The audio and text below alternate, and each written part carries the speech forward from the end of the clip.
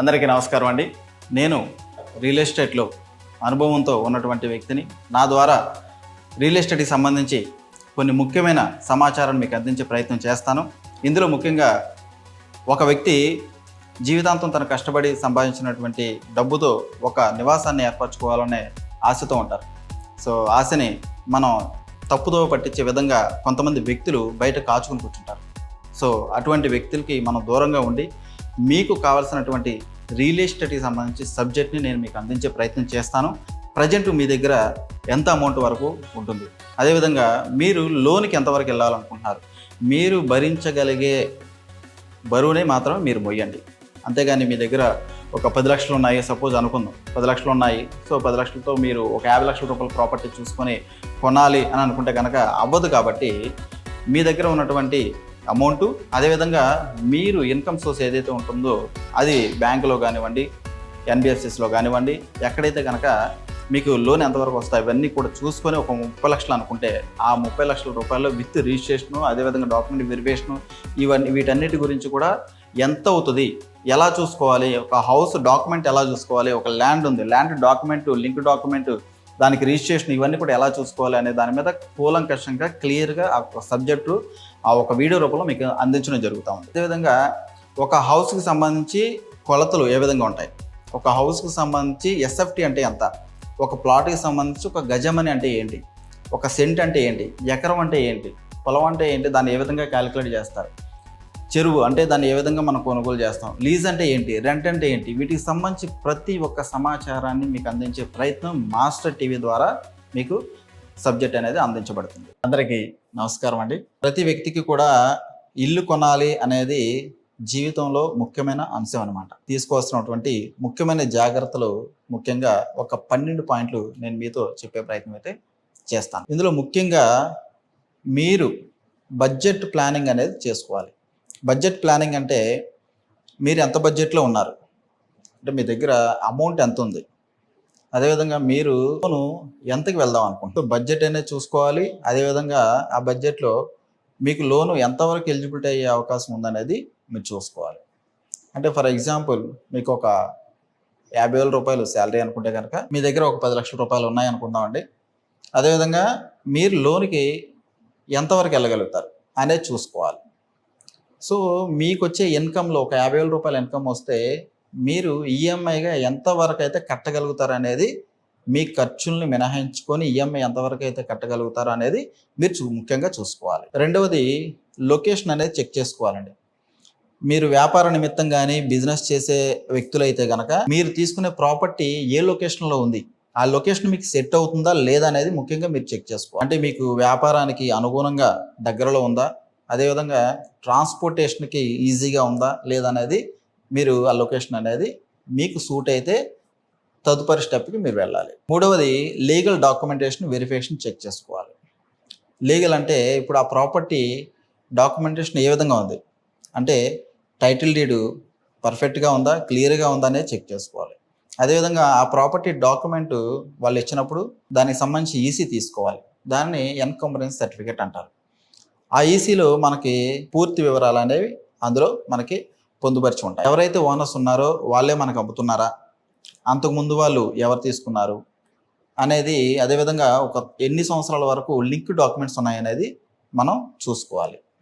So ఆ link documents ద్వారానే మనకి ఆ ప్రాపర్టీ పూర్తి వివరాలు అనేది మనకి అందుతాయి. 4వ పాయింట్ వచ్చేసి అప్రూవ్డ్ లేఅవుట్ కాదా ఉందా అనేది చూసుకోవాలి. ఆ అప్రూవ్డ్ లేఅవుట్కి ప్లాన్ కూడా ఉందా లేదా అనేది మీరు చెక్ చేయించుకోవాలి.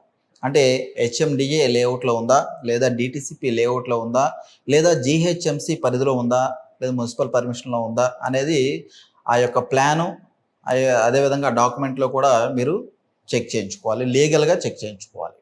5వ పాయింట్ వచ్చేసేసి మీకు బ్యాంకులోని ఎలిజిబిలిటీ ఉందా లేదనేది చూసుకోవాలి. అంటే మీకు ఉండటం కాదండి, మీరు చేసే వృత్తి కానివ్వండి, అదేవిధంగా వ్యాపారం కానివ్వండి, అదేవిధంగా జాబ్ కానివ్వండి, దానికి సంబంధించి లోన్ వస్తుంది, అది మీకు వస్తుందని మీకు తెలుస్తుంది. కానీ మీరు తీసుకునే ప్రాపర్టీ ఏదైతే ఉందో ఆ ప్రాపర్టీకి కూడా లోన్ ఎలిజిబిలిటీ ఉందా లేదా అనేది మనం చెక్ చేయించుకోవాలి. అది ఎక్కడ చెక్ చేయించుకోవాలంటే డాక్యుమెంటేషన్ వెరిఫికేషన్ అయిపోయిన తర్వాత అది అంతా బాగుంది అనుకుంటే అప్పుడు మనం ఆ డాక్యుమెంట్స్ తీసుకొని బ్యాంక్కి అంటే ఎస్బీఐ కానివ్వండి, గవర్నమెంట్ సంస్థలు ఎస్బీఐ కానివ్వండి, ఎల్ఐసి హౌసింగ్ ఫైనాన్స్ కానివ్వండి, అదేవిధంగా ప్రైవేట్ సంస్థలు హెచ్డిఎఫ్సి కానివ్వండి, యాక్సిస్ కానివ్వండి, ఐసిఐసిఐ కానివ్వండి, అలాగే ఎన్బిఎఫ్సి సంస్థలు వీటిలో ప్రాపర్టీ చూపించుకొని లోన్ ఎంతవరకు వస్తుందండి అనేది చూపించుకోవాలి. తర్వాత పాయింట్ బిల్డర్ రెప్యుటేషన్ అండి. ఇది చాలా ముఖ్యమైన విషయం.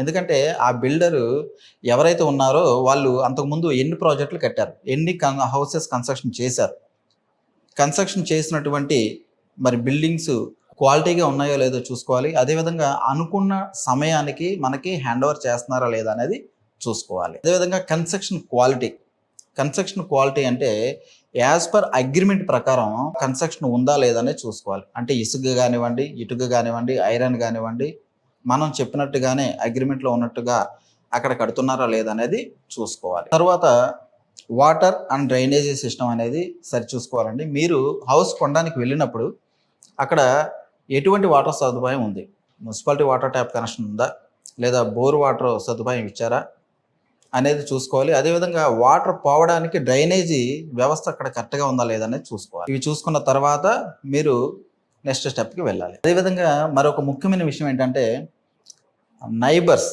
అదేవిధంగా ఆ యొక్క కమ్యూనిటీ చూసుకోవాలి. అంటే ఆ ప్రాపర్టీ ఎక్కడైతే ఉందో అక్కడ నైబర్స్ ఎవరున్నారు, అదేవిధంగా అక్కడ కమ్యూనిటీ ఎవరున్నారు, ఆ నైబర్స్ కానివ్వండి మీకు సెట్ అయ్యే అవకాశం ఉందా, అక్కడ ఉన్నటువంటి కమ్యూనిటీ మీకు సెట్ అయ్యే అవకాశం ఉందా అనేది ముఖ్యంగా చూసుకోవాల్సిన బాధ్యత. అన్నీ బాగుంటాయి, ప్రాపర్టీ అంతా బాగుంటుంది, కొనేసుకుంటారు, అంతా ఓకే. తర్వాత అక్కడ ఎదుటి వ్యక్తులతో కానీ పక్క వ్యక్తులతో కానీ వాగ్వాదాలకు గురయ్యే అవకాశం ఉంటుందా, రేపొద్దున ఎటువంటి ఇబ్బందులకి ఏమన్నా గురి చేసే అవకాశం ఉంటుందా, ఆ కమ్యూనిటీ వల్ల మీకు ఏమైనా ఇబ్బంది అవుతుందా అనేది ముఖ్యంగా చూసుకోవాలి. మరొక ముఖ్యమైన విషయం ఏంటంటే ఆ ప్రాపర్టీ రీసేల్ వాల్యూ ఎలా ఉంటుంది, భవిష్యత్తులో మనం ఆ ప్రాపర్టీని మనం సేల్ చేసే అవకాశం ఉంటుంది, అలాగే రెంట్లకి ఇచ్చే అవకాశం కూడా ఉంటుంది. ఆ రీసేల్ చేసేటప్పుడు మనకి తగినటువంటి వాల్యూ వస్తుందా లేదని చూసుకోవాలి. అదేవిధంగా రెంటల్, రేపొద్దున మనం అక్కడ ఉండం, వేరే చోటకి ట్రాన్స్ఫర్ అయ్యాం లేదా వేరే చోటకి మారాల్సి వచ్చింది, సో ఆ ప్రాపర్టీని రెంట్కి ఇచ్చే అవకాశం ఉందా, ఒకవేళ రెంట్కి ఇస్తే రెంట్ ఎంతవరకు వస్తుంది అనేది మనం ముఖ్యంగా చూసుకోవాలి. ముఖ్యంగా రిజిస్ట్రేషన్ ప్రాసెస్ అనేది మనం చూసుకోవాలండి. రిజిస్ట్రేషన్ ప్రాసెస్లో మీకు సేల్ డీడ్ వాల్యూ అంటే మీరు ఏదైతే రేటు మాట్లాడుకున్నారో ఆ వాల్యూ, అదేవిధంగా stamp duty, government stamp duty, అదేవిధంగా గవర్నమెంట్ రిజిస్ట్రేషన్ ఛార్జెస్, వీటిని మీరు పరిగణలోకి తీసుకోవాలి. అవి కూడా మీరు ముందుగా ఇవన్నీ కూడా చెక్ చేయించుకోవాలన్నమాట. రిజిస్ట్రేషన్ కూడా మీకు నోటరీ కాదండి, నోటరీ కాకుండా డైరెక్ట్గా సబ్ రిజిస్టర్డ్ ఆఫీస్లో మనం రిజిస్ట్రేషన్ చేసుకునేలాగా ఈ ప్రాపర్టీ ఉందా లేదా అనేది కూడా చూసుకోవాలి. ఫైనల్గా అండి వాస్తు అనేది ముఖ్యంగా చూసుకోవాలి. అంటే చాలామంది 95% వాస్తు అనేది చూయించుకుంటారు.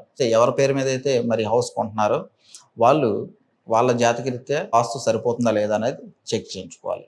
ఈ 12 పాయింట్లు కనుక మీరు ముఖ్యంగా హౌస్ కొనేటప్పుడు తీసుకోవాల్సినటువంటి ముఖ్యమైన జాగ్రత్తలు. ఈ 12 పాయింట్లు మీరు కనుక నోట్ చేసుకొని డైరెక్ట్గా ఒక పేపర్ మీద నోట్ చేసుకొని ఆ 12 పాయింట్లు మీకు కరెక్ట్గా సెట్ అవుతుందా లేదా, మీ బడ్జెట్కి అనుగుణంగా ఉందా, ఆ ప్రాపర్టీ లొకేషన్ మీకు సెట్ అవుతుందా లేదా, డాక్యుమెంట్స్ పర్ఫెక్ట్గా ఉన్నాయా లేదా, మీకు లోన్ ఎలిజిబిలిటీ ఎంతవరకు వస్తుంది, ఇవన్నీ కూడా మొత్తం అన్నీ కూడా చెక్ చేయించుకొని మీరు ప్రాపర్టీ కొనాలని మాస్టర్ టీవీ ద్వారా నేను మీకు తెలియజేస్తున్నాను. Thank you so much.